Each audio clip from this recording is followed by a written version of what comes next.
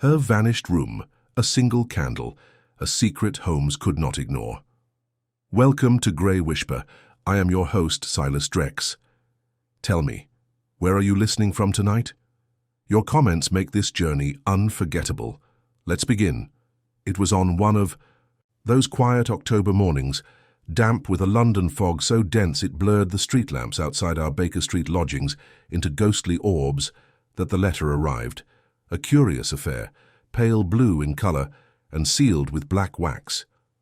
I had just poured Holmes a cup of his morning coffee when Mrs. Hudson shuffled in with it, her apron smudged with flour and her brows faintly furrowed. "It's from a Lady Auden of Dunbridge Square," she said, placing it carefully on the silver tray between us, as if it might contain something explosive. She said it was most urgent. Holmes, who had been deep in thought and tapping the bowl of his pipe with idle rhythm, took the envelope without so much as a glance and turned it over once before breaking the seal. He unfolded the thick sheet of paper and read it silently, his grey eyes sharpening into that dangerous clarity which I had come to recognize as the herald of action. He read it once more, then passed it to me. "Mr. Holmes, I do not know whether the matter that haunts me is one of madness or crime. 3 nights ago my husband, Colonel Josiah Auden, retired to his study at 10:30, as he always does. At 11:30 I went to speak with him. The study door was locked. When the butler fetched the spare key, we found the room empty. Empty, Mr. Holmes. Yet I saw with my own eyes through the transom glass the flickering of a single candle on his desk, and I heard his voice. But when we entered, the room was unlit, cold and untouched. The desk was bare. My husband has not been seen since. The study is on the 3rd floor. The window was bolted from within. There is no other exit." Scotland Yard dismissed it as delusion brought on by grief. "I implore you to come to Dunbridge Square and see for yourself, with deepest urgency. Lady Auden, 3 Dunbridge Square, Kensington." "Well," I said, lowering the letter and looking up at Holmes. "What do you make of it?" He was already on his feet, shrugging into his grey Inverness cape. His pipe still hung from the corner of his mouth unlit. "I make of it," he replied briskly, "a mystery of the most delightful paradox, Watson. A man vanishes from a locked room, but leaves his voice behind. Do fetch your coat." I take it. We are going out. You may take it further. We are going out into the heart of impossibility. The hansom cab rattled through Kensington with its usual indignity, splashing up grimy water from the gutters. Holmes stared fixedly ahead, tapping the side of the door in sync with the wheels, while I reviewed the facts aloud, more for my benefit than his. No forced entry, locked from within. The candle seen from outside, extinguished within seconds. Her voice heard, a man gone, correct, and yet no secret panels or sliding walls, presumably. "Presumption is the enemy of logic," Holmes murmured. "We shall see."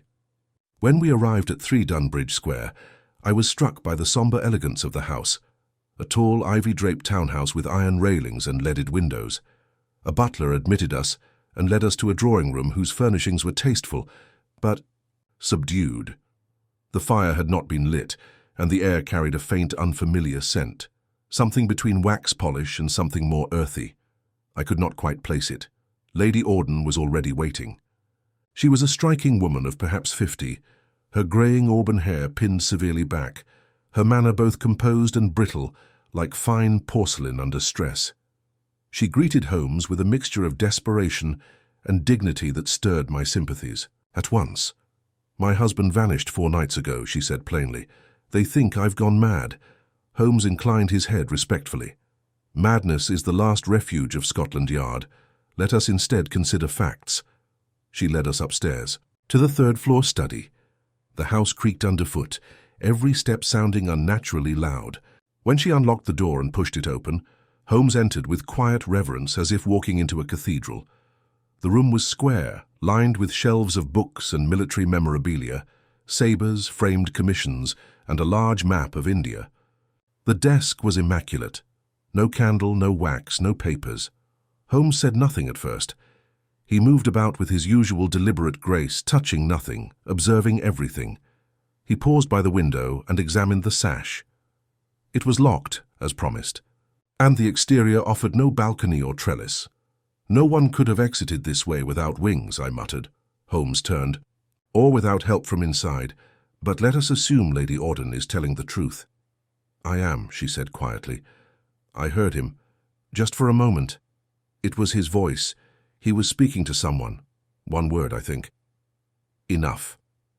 Then the candle flickered and went out. Were there signs of distress? None? Holmes examined the floor. The carpet was dense and undisturbed. He examined the fireplace, tapping lightly along the mantel. Then he stepped back to the door and examined the transom window above it. You saw the candle through here? He asked. She nodded. And this? Voice, it came from within, not the corridor? From the study, Mr. Holmes, I swear it. Holmes turned slowly in place, his fingers interlaced behind his back. Then he stopped beside the far bookshelf, one tall enough to meet the ceiling. He stood there silently for some time. Then, without explanation, he strode from the room. We found him 5 minutes later downstairs in the butler's pantry, speaking to a nervous-looking man in livery. You were the one who fetched the spare key? Yes, sir. And who cleaned? The study after the police came? No one, sir. Lady Auden said nothing was to be touched. Good, Holmes said. Then the dust has told us more than the constables did. He turned back toward the stairs. Watson, come. We must return. To Baker Street. What of the Colonel? I asked. Holmes glanced over his shoulder. Colonel Auden has not vanished. He is somewhere between candlelight and silence. We departed into the descending fog, leaving behind the house on Dunbridge Square with its silent rooms and scent of polished secrets. As the cab pulled away, I turned to Holmes. You don't believe she's mad? On the contrary, Watson. I believe Lady Auden is the most reliable witness we've encountered in months. Then where is Colonel Auden? Holmes smiled faintly. Precisely the question. And if I am not mistaken, we shall find our answer not in what was present in that room, but what was conspicuously absent. We returned to Baker Street that afternoon beneath a sky of low cloud, the fog still clinging to the streets like cobwebs on an unvisited attic. Holmes, his coat damp and his silence deeper than usual, made for the hearth without a word. He removed his gloves with absent flicks of the wrist and stood with his back to the fire, the lines in his face momentarily drawn and meditative. I took my usual seat, but I had barely settled when Holmes gestured toward the writing desk. Bring me the thin-lensed magnifier, Watson, the one with the ivory handle, and the India paper. I complied, laying them on the table beside him. He sat and pulled from his pocket a small handkerchief-wrapped bundle. As he unfolded it, I recognized it as a few specks of dust, carefully scooped from the skirting beneath Colonel Auden's bookshelf. He tipped them gently onto the pale paper and bent over them, the magnifier trembling slightly in his grip as he held it to his eye. What do you see? I asked. What you failed to see, my dear Watson, as did the police and, I dare say, Lady Auden herself. He continued his study, then set down the glass with a tap. Wormwood, he murmured. Wormwood. Precisely, or to be more accurate, Artemisia absinthium, the dried remains of it. A faint trace, but unmistakable. Crushed into the floor along with the usual London dust and a single thread of gold silk. I blinked. And what significance could a dried herb possibly have? Patience, Watson. He rose suddenly. The game is no longer afoot. It is already halfway to its destination. We must intercept it. He fetched his violin from the cabinet of all things and began to tune it with practiced ease. As the strings sang softly under his fingers, he spoke. There are 2 points I cannot yet reconcile. First, the matter of the candle. Lady Auden stated she saw its flickering through the transom just before unlocking the door, yet when they entered, nothing. No stub, no wax, no soot, not even a holder. He paused to tighten a string. Second, the voice. Enough, she said. That was the word. A curiously definitive choice for a man presumed to be merely reading or dictating in solitude. You believe he was speaking to someone? I asked. I believe he was speaking to something, Watson. The room itself, perhaps, or rather, what the room contained that night, which it no longer does. He played a low, brooding passage on the violin, as though the sound might sift the memory into greater clarity. I have asked Lady Auden to send over the Colonel's housekeeper. She should arrive by evening. Meanwhile, I want you to make inquiries at the British Museum, Botany Division. Speak with the herbarium curator, a Mr. Halberd. Inquire discreetly whether anyone has recently requested wormwood in a powdered or dried form. Note who, when, and in what quantity. I was on my feet before the final note faded. And if they ask why, tell them your aunt is preparing a recipe for vermifuge and has mistaken it for tarragon. And that will satisfy them? No, but your face will. I made for the door but paused. And you? I shall do what I do best, Watson. Listen when the silence begins to speak. It was near 6 o'clock when I returned, chilled, and none the wiser. Mr. Halberd, a red-nosed man with an unfortunate mustache, had at first refused to disclose anything. But at the mention of wormwood, he became oddly nervous. After a few gentle nudges, he admitted that a gentleman had visited 2 weeks prior, well-dressed, English accent, but of an uncertain trade. He had asked for dried wormwood and had paid in coin, not note, which Halberd found suspicious. A medical man, I had asked. Possibly, or an actor, Halberd replied. He had a theatrical way about him, left no name, but he knew what he was asking for. Back at Baker Street, I found Holmes in conversation with a plainly dressed woman in her early 60s. Her weathered hands were folded primly in her lap, and her gaze darted between us with guarded deference. "This is Mrs. Chessel," Holmes said, motioning for me to take the seat beside him. "Housekeeper at Dunbridge Square for 22 years. She was present the night of Colonel Auden's disappearance." Mrs. Chessel inclined her head. "I was in the scullery. Heard nothing till Lady Auden rang for the spare key. Her right commotion, that was." Holmes folded his fingers beneath his chin. "Tell me, Mrs. Chessel, what became of the Colonel's desk lamp?" She frowned. "Desk lamp, sir?" "Yes," the Colonel wrote by candlelight, according to Lady Auden. But no evidence of candle use remained. A man of his age and wealth would not stoop to wax stains and fire risk unless necessary. So I ask again, where is the desk lamp? The housekeeper hesitated. "Well, it was taken away. 3 days before he vanished. The Colonel had it boxed and told the footman to send it to be rewired, said it gave off an unnatural whine." Holmes gave me a meaningful glance. "And did it? I never heard such a thing, but he was odd about it." "Odd in what way?" Mrs. Chessel shifted in her seat. "He'd begun locking the study door during the day. Didn't used to. And twice I found the Colonel standing. Outside it, just standing like he was listening for something inside." Holmes rose abruptly. "Mrs. Chessel, you have been most helpful. Should I require more, may I send for you?" "Of course, sir." When she had gone, I turned to Holmes. "You believe the Colonel was afraid of something in his study?" "Not afraid, Watson. Fascinated. He removed the electrical lamp but continued to work late. By what source, we must ask? He claimed the lamp whined, but a modern electric bulb properly installed should not. You think he heard something that no one else could?" Holmes nodded slowly. "That, or he believed he did. Either way, it compelled him to change his habits. We must inspect that lamp, Watson, wherever it was sent." I stared at him. "Holmes, you don't believe the Colonel was spirited away by supernatural means, surely?" He gave a short, humorless laugh. "There is no spirit more supernatural than man's own conscience, Watson. Or his curiosity. But no, we are not dealing with ghosts. We are dealing with a room that was made to deceive, to appear real, and yet not be." I sat in silence, letting his words settle like fog on the window panes. "And the wormwood?" I asked. "Traditionally used in spiritual rites, hallucinogenic in large doses, also used in perfumes but rarely in study carpets." "Then what are you suggesting?" He turned toward the window, where the gaslight from the street outside cast long shadows across the sill.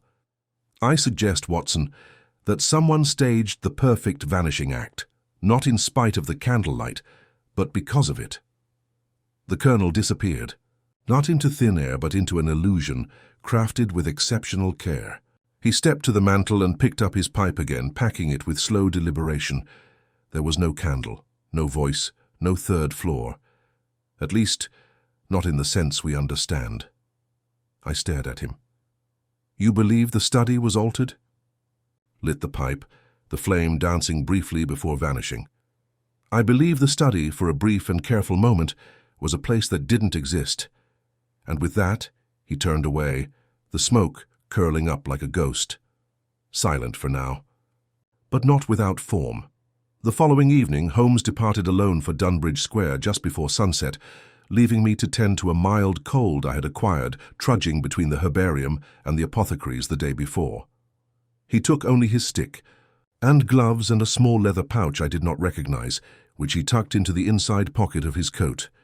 I offered to accompany him despite my ailment, but he waved the suggestion away. "Not tonight, Watson," he said, fastening his collar. The fewer footsteps on the floorboards, the clearer the impressions, and with that he was gone. I spent the intervening hours in a restless fog of coughing and conjecture. I had long since abandoned any hope of understanding Holmes's theories. In their embryonic stages, he often refused to share them until they were fully formed, but even by his usual standards, this case had taken on an unusual tone. A missing man, a locked room, and now a study that Holmes claimed had not existed. What was I to make of it? It was close to 11 when he returned, brushing a few stubborn droplets from his coat, his face alight not with triumph but with a kind of taut exhilaration. He passed straight through to the sitting room, removed his gloves with quick jerks of the fingers, and began unwrapping a cloth bundle he had brought back. I set aside my book and leaned forward. "You've found something." "I have found," he said, "what I suspected I would. A flaw so elegantly designed it was nearly invisible until one knows how to see it." He laid the cloth flat on the table. Inside were several objects. A short brass hinge, no longer affixed to anything. A triangular fragment of wood with one edge painted ivory white. And, to my astonishment, a single unlit candle. Half used, the wax hardened along one side as though it had burned at a tilt. "I believe," Holmes said, tapping the hinge gently, "this once belonged to a false door. One not intended for regular use, but for a specific illusion." "A false door?" He nodded. "When I returned to Lady Auden's house, I waited until the household had retired. The study had remained locked and untouched since our last visit, except for one feature." He walked to the hearth and gestured, as if sketching it mid-air. To the casual eye, the room appears symmetrical, a bookshelf on the far wall, matching panels on either side of the hearth. But if one studies the spacing, the dimensions are slightly off. One panel is 2 inches, narrower than its counterpart. He turned, his eyes alight. "Watson, I believe the Colonel's study has 2 walls that do not meet." I stared at him. "You mean to say—" "I mean to say that the room is not a room at all, but a box, a structure built within the actual space, a stage set, if you will. The 3rd floor ends where it should, but the walls, constructed hastily and painted to mimic the rest, create the illusion of a closed chamber." And into this box the Colonel entered. He lit the candle, or rather it was already lit for him. And then he made a sweeping motion across the tabletop, snuffing out an imaginary flame. "Gone," he said. I struggled to follow. "But how? If it was merely a false wall, how does that account for the door being locked? The window bolted, no evidence of exit?" "Because the illusion did not require him to leave," Holmes replied. "It required others to believe he was still inside. The voice Lady Auden heard, recorded or perhaps mimicked, the flickering candle, deliberately placed to be seen through the transom. The moment they opened the door, the box had already served its purpose." He picked up the candle and turned it over. "This was not burned the night he vanished. The wax tells us it cooled long before that, but the wick has been cut, not extinguished.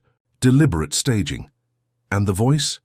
I found tucked behind the wall a phonograph horn, small, crude, but functional.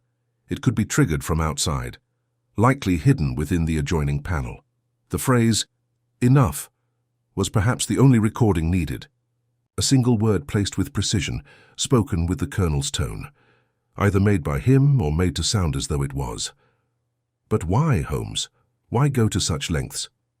That, he said, is the part still clouded in fog. He crossed to the sideboard and poured himself a small measure of brandy. He sipped it thoughtfully, then turned toward me with a frown. There is more. When I examined the base of the structure behind the false wall, I found a narrow corridor, not more than a foot in width, running behind the bookshelf and into the servants' stairwell. Dust had been disturbed only recently. I believe the colonel or someone else exited that way long before the study was opened by the butler. A planned escape? Perhaps, or a disappearance made to look like one. He set down the glass. There's one more detail. On the underside of the panel I pried loose, I found a single strip of gold silk, a match, I believe, for the thread I discovered in the study's floor dust. I raised an eyebrow. A woman?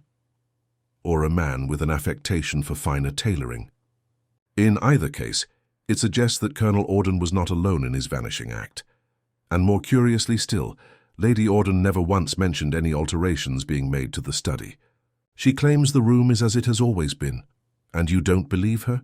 I believe she believes what she says, which only means someone else made the changes, swiftly, quietly, and with access to the house. Someone trusted. Someone who could manipulate the colonel into entering that illusion willingly. Holmes drew a long breath, then exhaled. I intend to speak with Lady Auden again in the morning, not as a detective, but as a man interested in her late husband's habits, especially his dealings in the last month, his visitors, his moods, his finances. And what of the housekeeper? I asked. He looked thoughtful. Mrs. Chessel is sharp, loyal, but she has blind spots, as we all do. If the colonel entrusted this plan to someone in the house, it was someone who moved quietly, invisibly, perhaps a person often overlooked.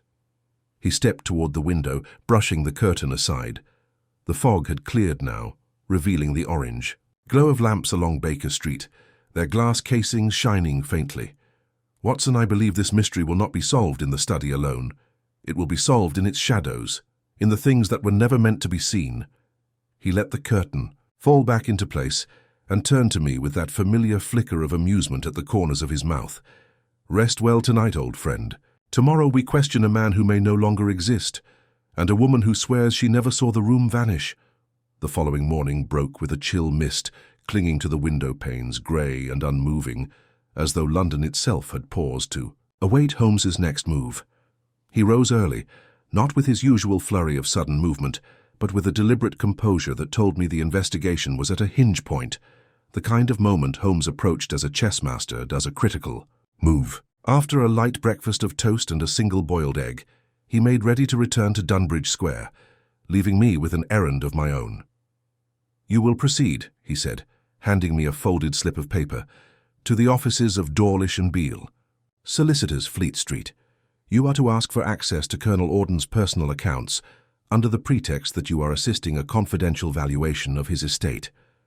They are known to be discreet, but the name of Sherlock Holmes carries weight when you use it without hesitation. And if they decline? Improvise, Watson, you have an honest face, and what am I looking for?" Holmes paused at the door and glanced back with the faintest smile. Anything that doesn't belong. He departed with his usual economy of motion, coat swinging, cane tapping lightly along the pavement. I watched him disappear into the morning. Fog and set off myself toward Fleet Street, my curiosity steadily deepening.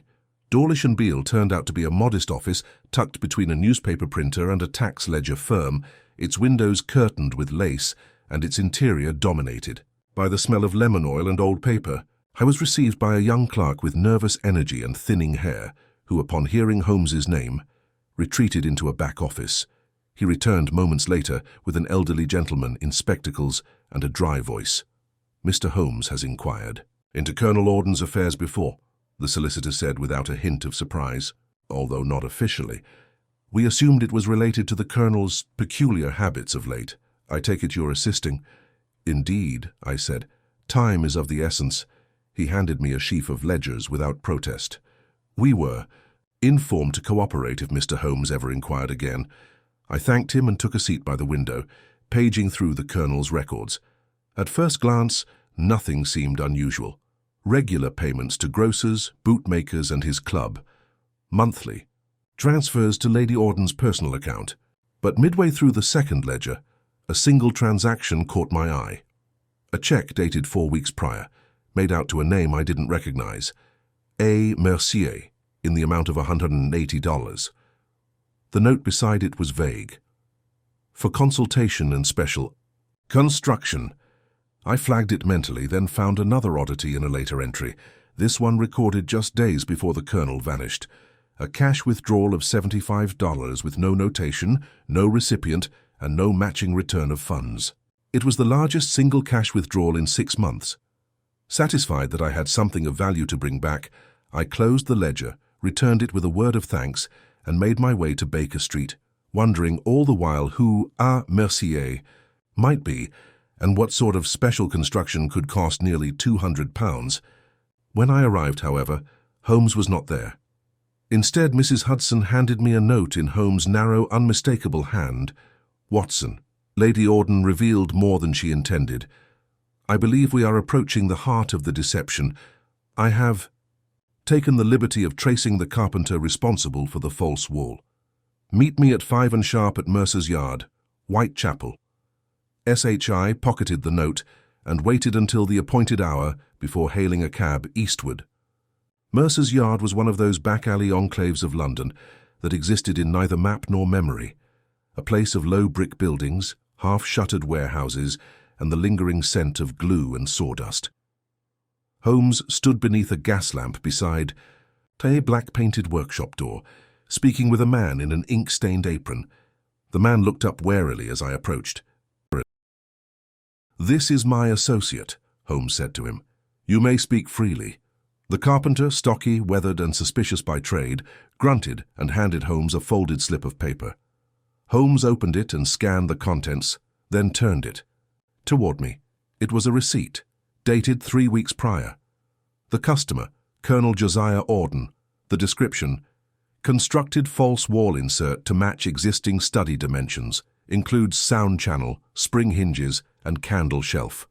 Fitted to order. Delivery arranged. It was an unusual request, the carpenter muttered. Said it was for a theatrical display.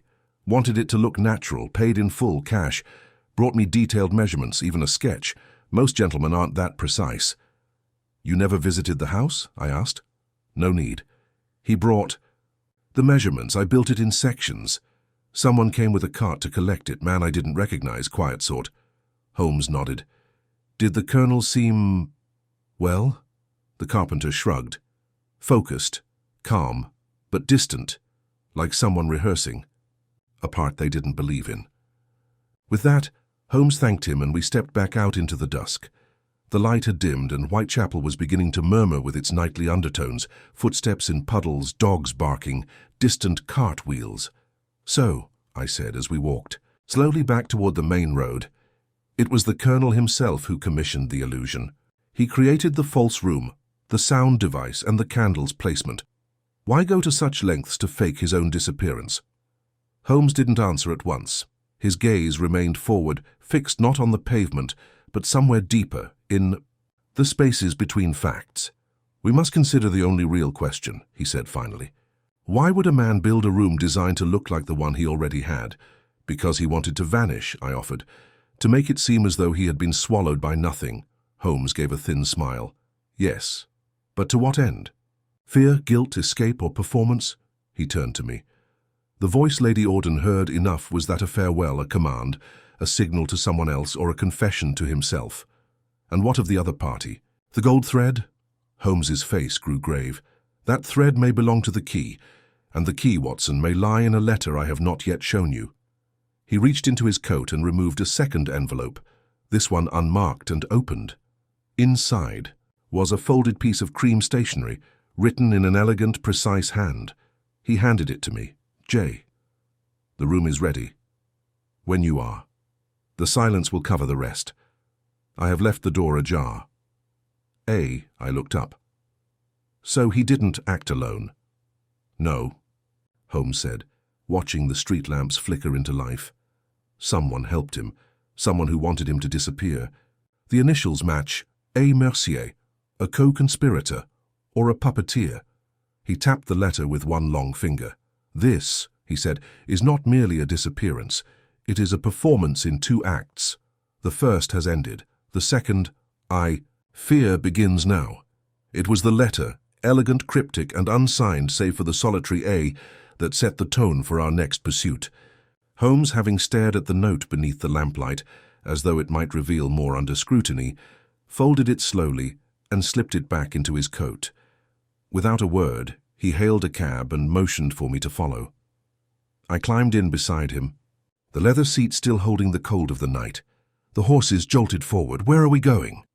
I asked. "To Wapping," he replied, eyes still fixed on the dark street sliding past the cab window. The handwriting on that note matches a series of letters I reviewed 2 years ago, sent from a theatrical illusionist named Adrien Mercier. French-born, educated in London, a minor figure in the circle of stagecraft, but rumoured to design more than just tricks for the theatre, the ghost rooms in that production at the Lyceum last year.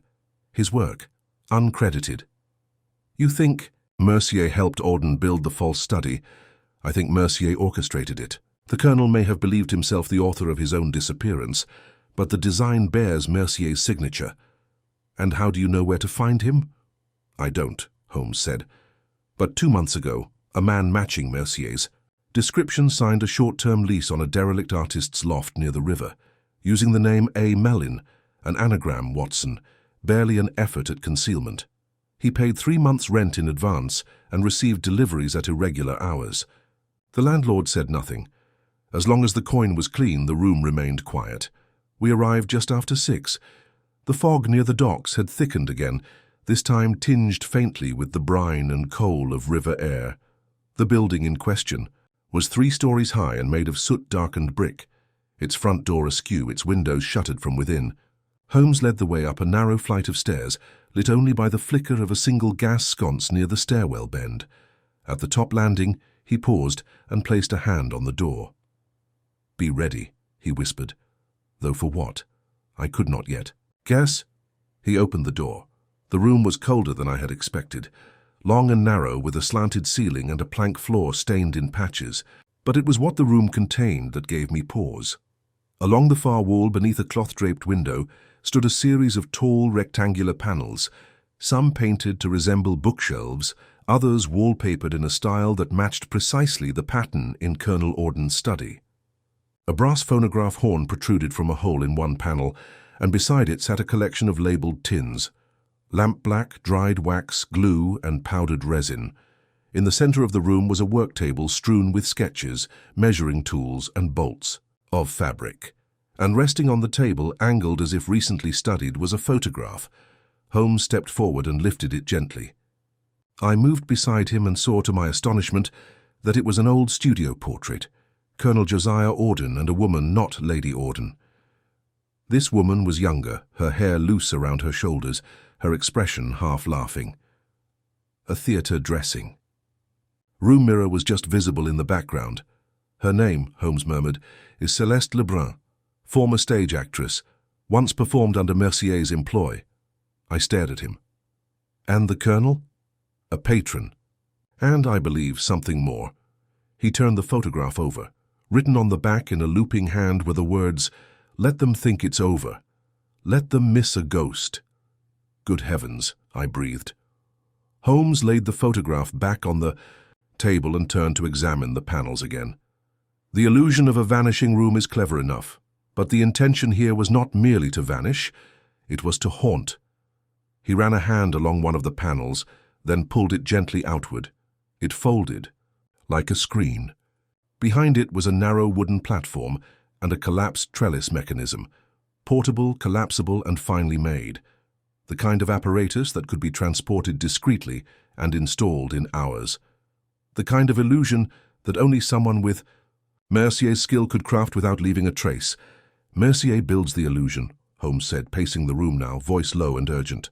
The colonel enters the box on a prearranged night. The candle flickers. The phonograph speaks. The wife sees. The butler unlocks the door. The room is bare. The colonel is gone. But where? Holmes turned to me. And what does the wife believe? She believes he vanished, a breakdown, a curse, madness, exactly, and so she tells the story sincerely. She spreads the tale without knowing it is false. The perfect witness. He pulled open a small trunk near the wall. Inside were theatre costumes, wigs, masks, and at the bottom a set of papers bound with string. He removed them, undid the knot and scanned the pages quickly. Passports, one French, one British. Both bore the photograph of Adrien Mercier, The names differed. One was André Leclerc, the other Jonathan St. Hill. Occupations: engineer, stage consultant, tourist. Multiple identities, I said. More than that. Escape routes. He turned to me, eyes flashing with a mixture of satisfaction and growing tension. They planned this down to the heartbeat, Watson. The colonel disappears. His reputation cements into legend. The illusionist vanishes. And somewhere in France or Switzerland, the two of them live under new names. Untroubled. Free. But to what end? Holmes paused, then reached into the trunk again and drew out a final item, a ledger. Thick, bound in dark leather. On the first page was a list of names, and beside each, a figure. Sums of money, some large, some modest. He flipped through quickly.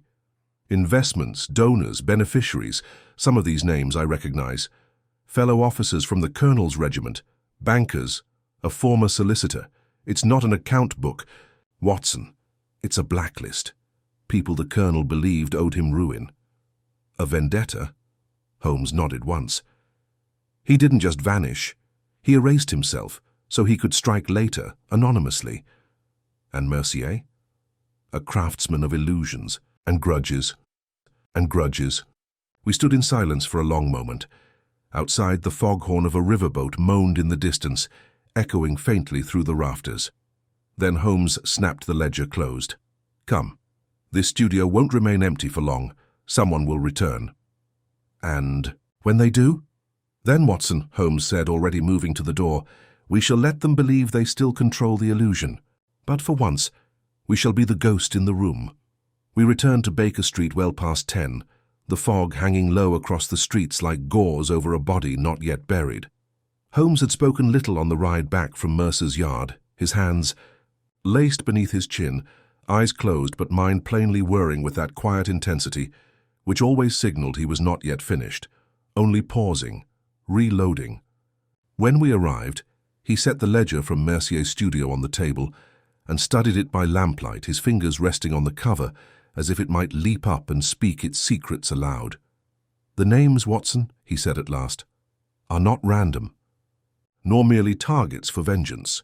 He flipped again to the third page. Each one here either employed, borrowed from, or invested with Colonel Auden in the past 5 years. Many of these men faced reversals of fortune recently, discreet bankruptcies, lost appointments, ruined reputations. These were not personal enemies. They were business liabilities. A scheme, I said. A liquidation, Holmes replied. But by vanishing, the colonel relieved himself of honoring any debts, while collecting quite possibly from others who owed him. And with Mercier's help, I added. Holmes nodded. And Celeste Lebrun. We mustn't forget her role. She was, I suspect, the lever, the sentiment, the escape hatch. He rose and crossed to the window, parting the curtain just enough to peer down onto Baker Street. The fog had thickened again. A cat darted between gas lamps, and the world was otherwise still. We shall return to Mercer's yard tonight, he said. I believe Mercier, or the colonel himself, will come to retrieve the ledger. They have staged an illusion, but they have left behind the script. He tapped the book once, and no illusionist leaves the script behind. We arrived at the warehouse a little after midnight, having circled once through Whitechapel to ensure we weren't followed.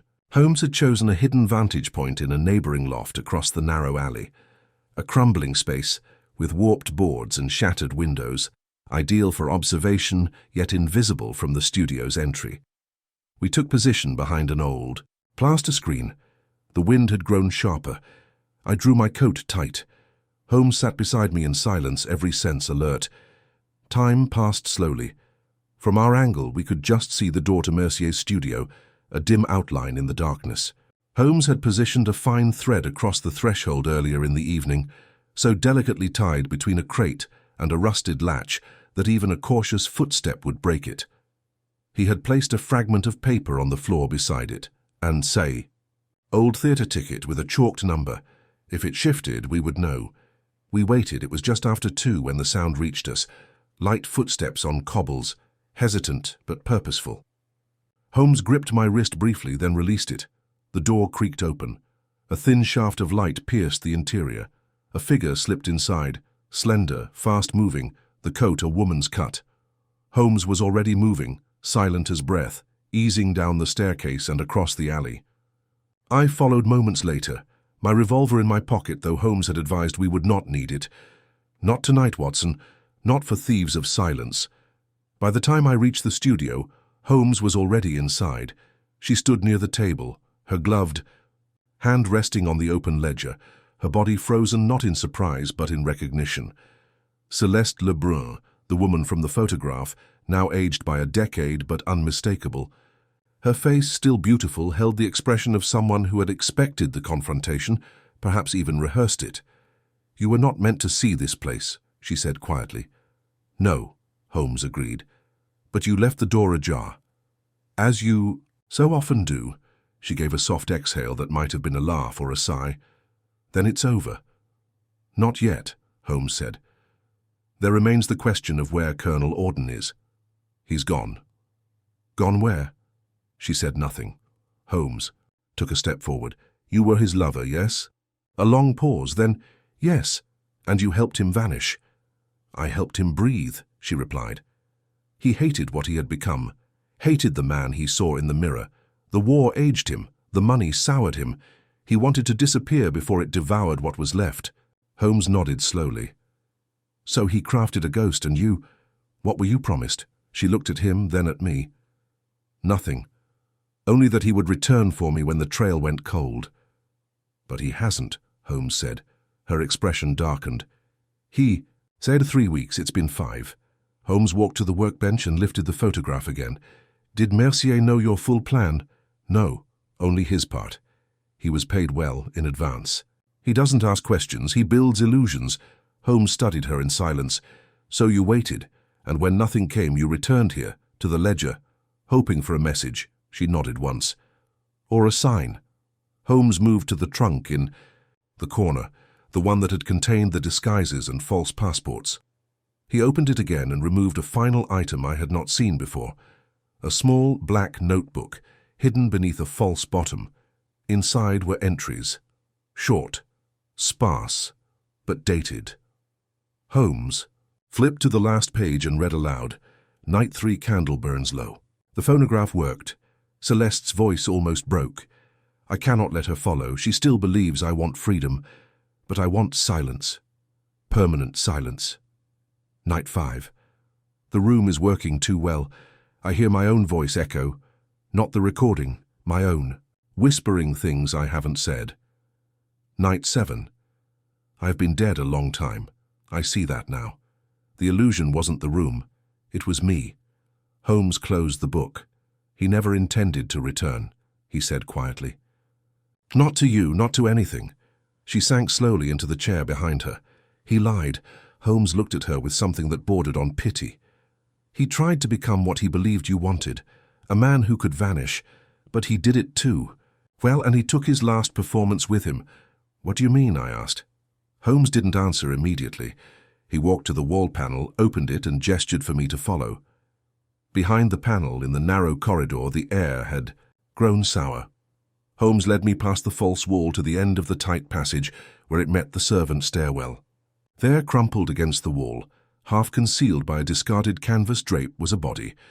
Colonel Josiah Auden. He had died crouched against the wall, one arm folded over his chest, as if listening to something we could not hear. There were no wounds, no signs of struggle, just a stillness too complete to belong to sleep. "Natural causes," I whispered.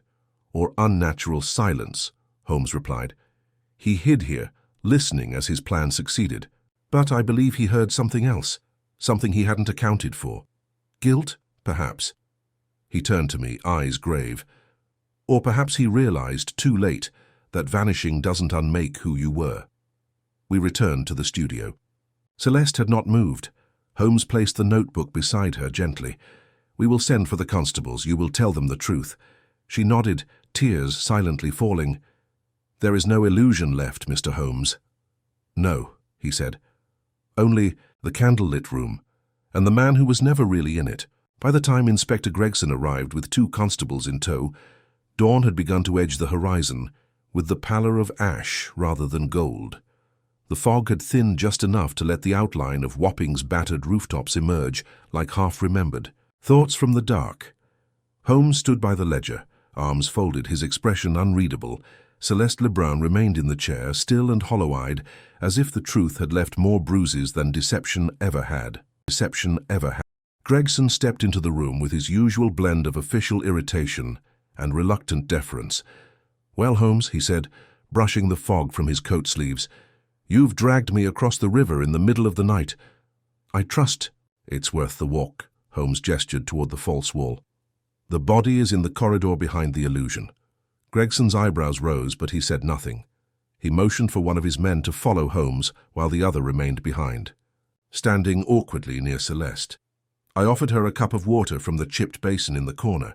She didn't take it.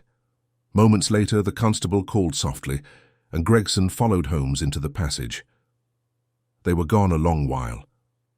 I stood in the silence of the room, watching the early light gather in corners that had, until recently, been shadows made to deceive. The papers on the table fluttered slightly from the draught that crept in beneath the window frame. Celeste said nothing. When they returned, Gregson's face had hardened. He nodded once to his man, who moved to stand behind the woman without a word. "I'd ask if she's under arrest," Holmes said, "but I imagine you'll want to consult the Home Office before deciding what crime, if any, has actually been committed." Gregson gave a grunt. "Indeed, the man died of no wound. There's no evidence of violence. She didn't hide the body, merely left it undiscovered. But there's enough here to merit a full inquiry." Holmes handed him the notebook. "The Colonel's final entries. They may assist you in understanding the state of his mind." Gregson glanced at the pages, then folded it and tucked it beneath his arm. "He was a clever man and a coward. That much is clear, and she—" he nodded toward Celeste. "She'll speak in time." "She already has," Holmes said quietly. "Just not in words." Gregson gave me a glance and shook his head. "Your friend always did have a taste for theatrics, Doctor." I returned a thin smile. "It helps when the crime is won." Holmes stood as Gregson began issuing instructions, and we slipped from the room without fuss. No one stopped us. We stepped back into the alleyway just as the sun made its first real effort of the day, pale, distant, unwilling. Holmes paused. Near the crates, glanced once at the thread trap he'd laid, now broken, then walked on in silence. Only when we reached the wider street did he speak again. "Watson, do you recall the phrase in the letter, the one from Mercier, or rather, signed A?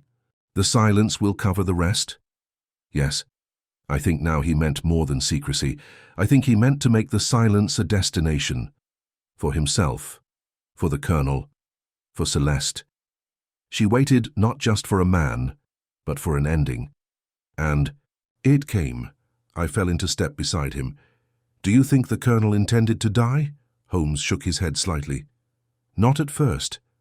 But once he had escaped his name, his house, his obligations, there was nothing left but himself, and that perhaps was the cruelest confinement of all."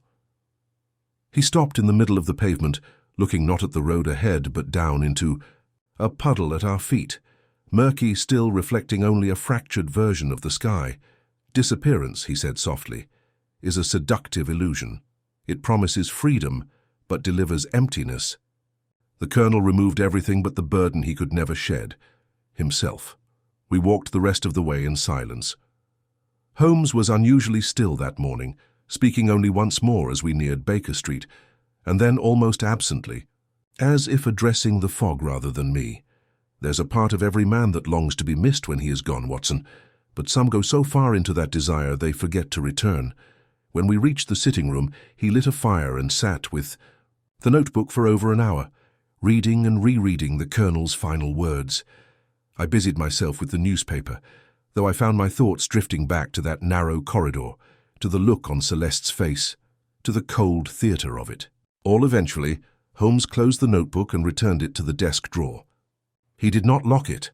3 days later, the inquest ruled Colonel Auden's death as natural, aggravated by physical stress and isolation. No charges were brought against Celeste Lebrun, though she was advised gently, officially, to remain in Aidus, London, while the matter of his estate was sorted. Lady Auden, in a quiet interview with the press, described her late husband as a man of deeply private nature and declined further comment. Mercier, for his part, was never found. Perhaps he was in France.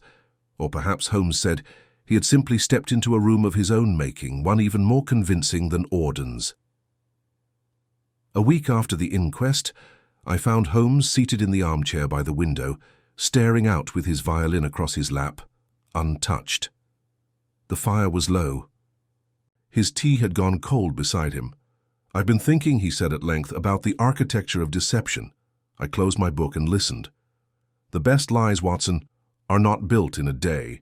They are rooms, designed, measured, papered, in layers of the familiar. They borrow textures from truth, lighting from memory, and just enough silence to make the sound of certainty echo." He tapped a single note on the violin string. It rang out soft and hollow. "But the flaw always is this: a lie can never become a home. It cannot sustain the one who dwells within it." I said nothing, because it was one of those rare moments when Holmes was not speaking to be understood, but simply to put words to a thing too deep for deduction. He set the violin aside and rose. "Come, Watson. I believe I promised Mrs. Hudson we would dine downstairs tonight," and as he moved past me, his hand brushed the windowsill, not as a gesture of finality, but as if ensuring quietly that it was real. The final days of the case passed not with thunderous revelation, but with a strange quiet, as though the illusion that had once cloaked Colonel Auden's disappearance had left behind a hush even Holmes was reluctant to disturb. The press denied drama moved on. Scotland Yard, satisfied with the internal conclusion, filed their reports under unusual circumstances, no charges. Celeste Lebrun returned to her lodgings in Bloomsbury under mild supervision, and the ledger, though carefully reviewed, turned out to implicate no one conclusively. Too many figures, too few signatures. The Colonel had been thorough. I half expected Holmes to toss the case into that untidy stack of unsolved curiosities in his desk drawer and never speak of it again. Instead, it lingered, not on his lips, but in his habits. He smoked more, he played the violin less. Twice I caught him pacing the sitting room long after midnight, not with the agitation of a man still solving, but with the stillness of one who already has. One evening, nearly 2 weeks after the inquest, I returned from a walk to find Holmes seated at the table with a box I didn't recognize. It was long and narrow, the sort one might use to store gloves or letters. He had opened it and placed its contents gently on the tablecloth. A single unburned candle, identical to the one we had found in the false study. He had taken it from the Mercer Yard studio before the constables could catalogue it. I hadn't asked why. He stared at it for a long time, then said, "There's something profoundly final about a candle that was never lit, Watson." I took the chair opposite him. "Because it holds its illusion intact." He nodded faintly. "Precisely. A promise unbroken but also unfulfilled. The flame remains theoretical. And so the story it might have told is untouched by smoke or time." I folded my arms. "You think Colonel Auden meant it to remain that way?" "I think," Holmes said, "he wanted one piece of the illusion left untouched. Something real, so that the deception would not fully consume him. But in the end, even that was theatre." The fire cracked behind us. Outside, the city's lights flickered into life. I found myself thinking of that hidden corridor behind the false wall, not the space itself, but the feel of it, the stillness, the hush of a place made only for endings. "It's strange," I said, "how the mystery was never really about how he disappeared." Holmes looked at me with something almost like approval. Indeed, the room was only ever a question. The answer lay in what he took with him into it, and what he meant to leave behind. And what did he leave behind? Holmes tapped the box gently. Not wealth, not a legacy. Only a woman who loved him, and a name that no longer answered when called. A perfect vanishing act, but no man can vanish entirely. He leaves echoes. He turned the candle slowly in his hands. "Did you notice, Watson, what was missing from his final entries?" I thought. "He never mentioned his wife." "Exactly," Holmes leaned back. "Lady Auden remained the one person he refused to acknowledge, not in anger, not in fondness, only absence. As if her existence no longer fit the narrative he constructed. In doing so, he erased not only her role in his life, but the part of himself that was bound to her." I said nothing for a moment. Then, is that the real illusion, Holmes? That we can walk away from who we've been? He gave a tired smile. Perhaps. The trick is never the vanishing. It's surviving the silence afterward. We sat a while longer, the candle between us unlit. Holmes did not box it again. He left it on the mantel for days, untouched, as if waiting for some reason to break. The seal between performance and memory. It was several days later, as we prepared to leave for a consultation in Sussex, that I found him by the hearth, wrapping the candle once more. I stood in the doorway and watched as he placed it into a satchel, his motions careful, almost reverent. Taking it with us, I asked. He glanced up. No, returning it to Lady Auden. I raised an eyebrow. She asked for nothing, he said. Made no demands, offered no grief for the press to chew on. But I believe she deserves to know, whatever. Else her husband fled. She remained the one truth he couldn't fit into the illusion.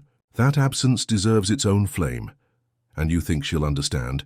She's not a fool, and sometimes a silent token is kinder than any letter. He closed the satchel and stood. We stepped outside together into the fresh chill of morning. The fog thinner now, its veil lighter. Holmes didn't speak for a long time. We walked the length of Baker Street in near silence, only the tap of his cane and the occasional rattle of a distant cab marking time. At the corner he paused. Watson, he said quietly, do you know why I despise magic? I looked at him. Because it lies? He smiled faintly. No, because it lies well. He turned and hailed a cab. As it pulled away with him inside, I remained for a moment, watching the street recede into shadow and light, returned to our lodgings and found the candle still on the mantel. A second one, identical to the first. He had left the illusion behind, perhaps for me, perhaps for no one.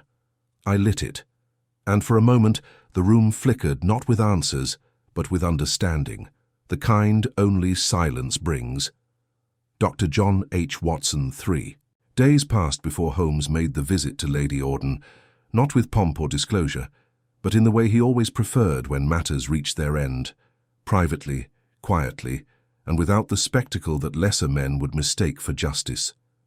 He left early alone, dressed not in his usual frock coat but in his more somber grey, the one he wore when discretion was not only expected but required. I did not accompany him, nor did I ask what he intended to say. Some conclusions, he believed, were best delivered not as verdicts, but as acknowledgments. He returned near dusk, the collar of his coat turned up against the wind, and said nothing for a long while. When I finally asked whether she had accepted the truth, he answered not with words, but by placing a letter on the table beside the hearth. Her reply. It was unsealed. Holmes did not open letters uninvited, but in this case he had been invited. Mr. Holmes, thank you for the candle. It was a cruel and perfect gift. And thank you for not bringing me explanations.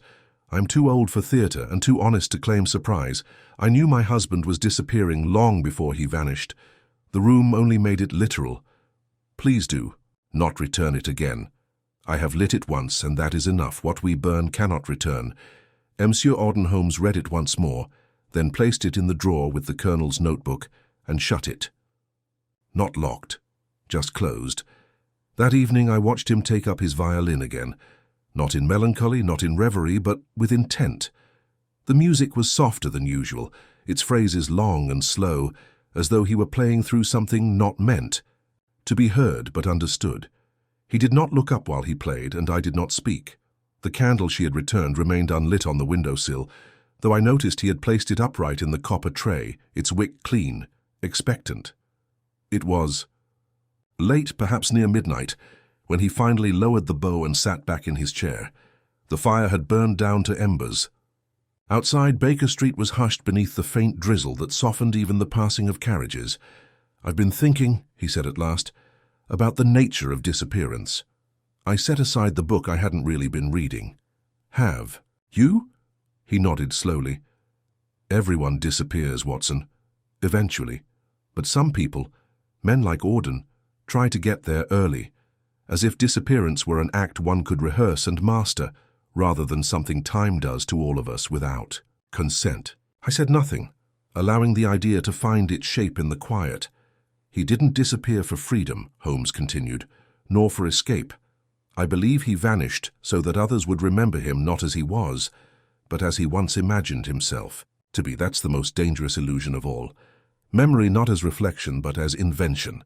He rose and moved to the mantel, absently adjusting a photograph, then reaching for the candle. Lady Auden's candle, unburned once more. He turned it in his hands without lighting it, as though weighing something. Mercier helped him build. "Quel theatre," Holmes murmured. Celeste gave him the applause, but the audience was always meant to be us, the world he left behind, his wife, his name, the sum of all he could no longer bear to be. He wanted them to watch him vanish, so he could be larger in absence than he ever was in life. I leaned forward. But he died alone in the corridor. Holmes looked at me with a gaze that didn't so much meet mine as pass through it, because in the end he had no encore. He set the candle back in its tray and resumed his seat. "You remember how this began? A locked door. A single word, spoken through a transom. Enough." He meant it, Watson. That was the curtain call. I nodded slowly. "He rehearsed his own death." "No," Holmes said. "He rehearsed being missed. Death was incidental." The fire cracked behind us. For a while we sat in companionable silence, as we had through so many cases, so many nights and so many moments in which the truth had proved far stranger than the fiction that veiled it. "Do you believe Mercier ever meant to help him?" I asked finally. "Or was he simply paid to vanish too?" Holmes drew a long breath. "Mercier understands that vanishing is a business. He supplies illusion to those who need it. The Colonel gave him the canvas, and Mercier framed it. I imagine he's already begun his next commission. In another name, another city. The world is full of people desperate to disappear, Watson. Men who think shadows are softer than light." I sat back. "And yet the candle remains." Holmes smiled faintly. "A reminder, perhaps." "Of?" "That no matter how carefully you stage your exit, someone always stays behind to sweep the floor." We laughed, but softly. Not from mockery, but from something closer to understanding, an acceptance of the final trick and its cost. For all its cleverness, the illusion had not liberated Colonel Auden. It had only left him folded in silence, where no applause could reach him. Later that night I found myself standing alone in the sitting room, staring once again at the candle. I nearly lit it again, but didn't. Some illusions, I thought, are more powerful unlit, more honest in the dark. I left it there and went to bed, wondering whether any man, no matter how brilliant, can truly walk away from the shape he leaves behind. And in the room above Baker Street, the wax waited, and the wick remained untouched. But the flame, it had already done its work.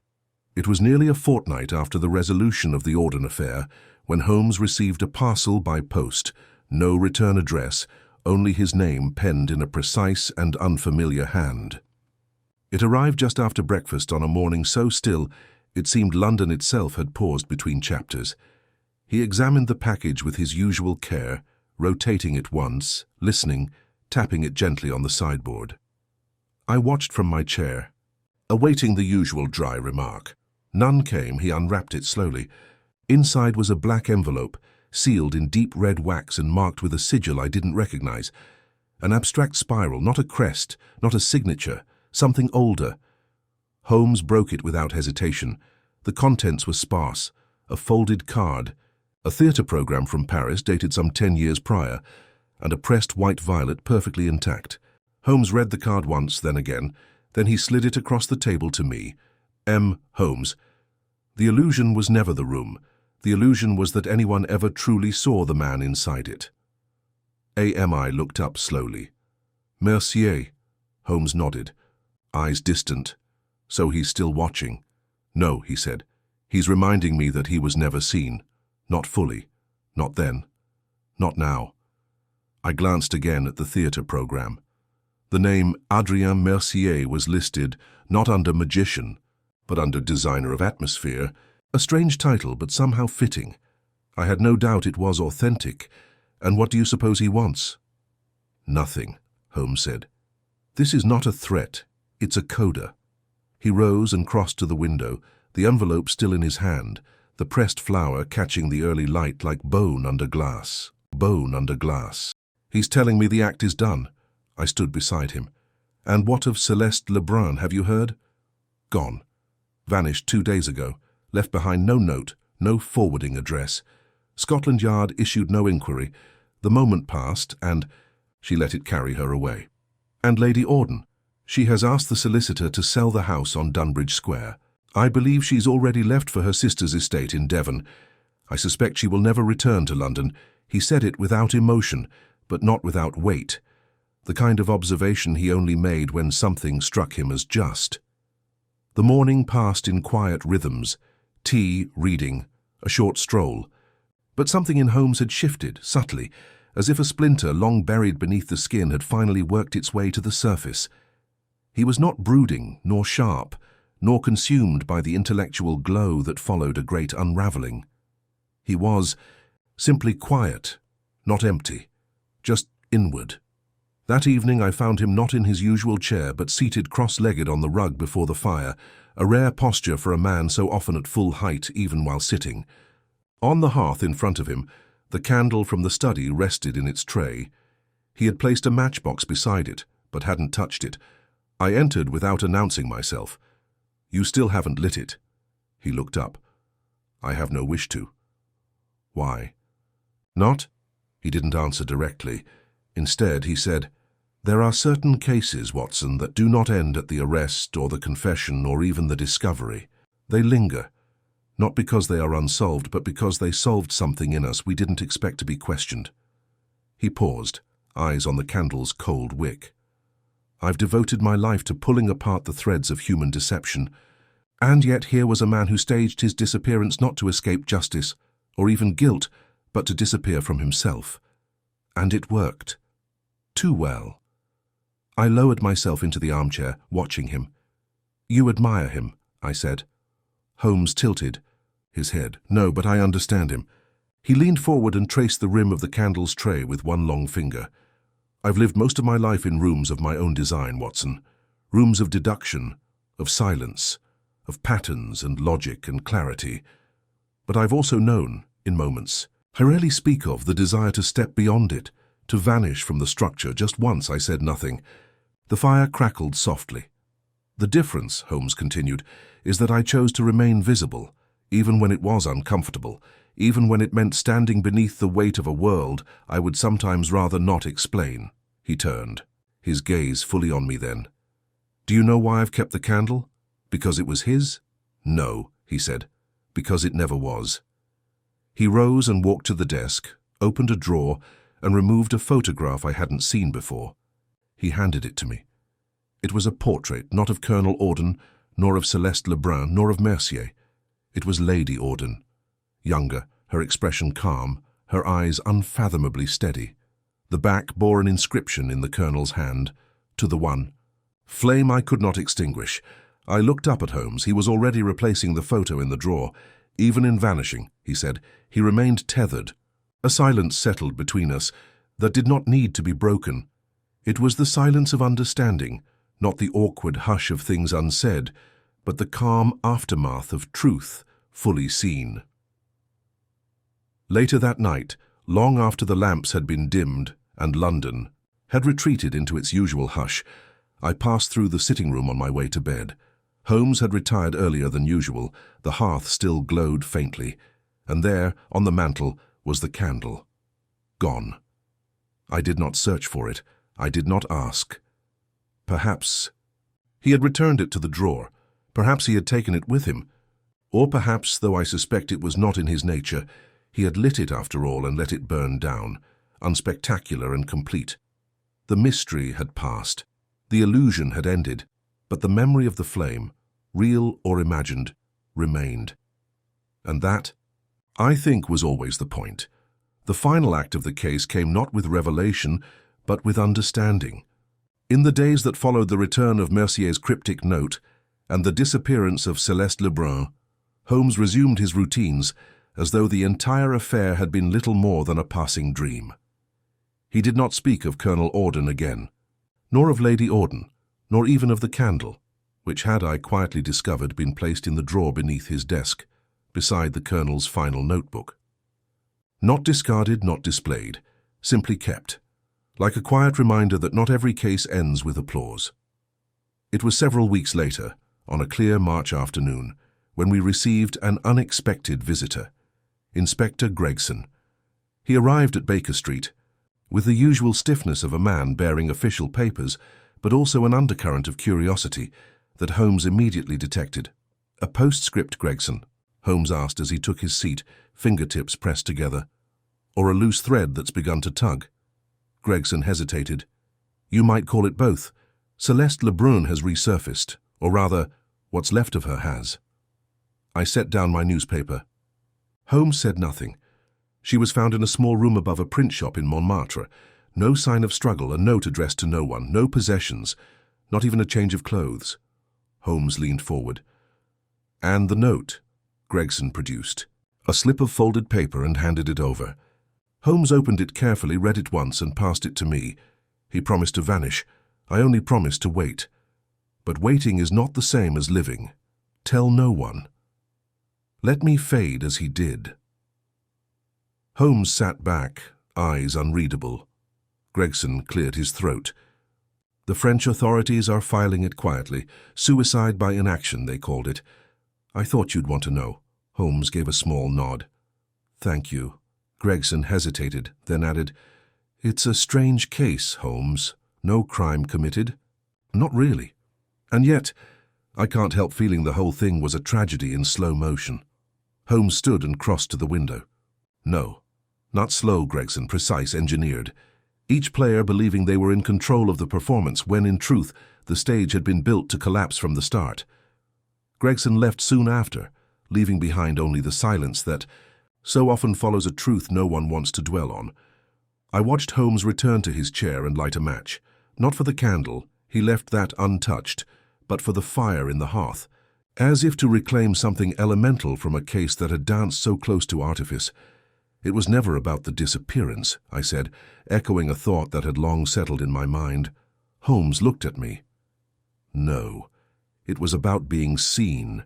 He turned his gaze to the flame. Auden built the illusion not to escape, but to be remembered, and Celeste followed him because she feared being forgotten. I poured the tea, the act grounding necessary. And what of Mercier?" Holmes gave the faintest shrug. "He survives. He always does. Men like him exist between shadows.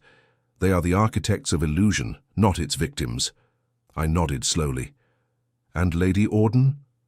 Holmes's eyes softened, if only briefly. She was the only one who saw clearly, the only one who remained still while the rest performed. The fire crackled, bright against the growing dusk. "She will survive," Holmes said, "because she never needed to vanish." That evening, after supper, I found him at the desk writing a rare entry into his private casebook. I did not read over his shoulder. I did not need to. I knew the case had not changed him, but it had touched something in him, something he would not name but would never quite forget. Later, as I passed the drawer that held the candle, I paused. I considered lighting it, but I didn't. Some cases, I've come to believe, should not be illuminated. They are understood not in brightness, but in the clarity that comes after the flame has passed. And so as night gathered once more over Baker Street, the candle remained unlit. But the truth, the final, lingering truth, had already burned. Dr. John H. Watson,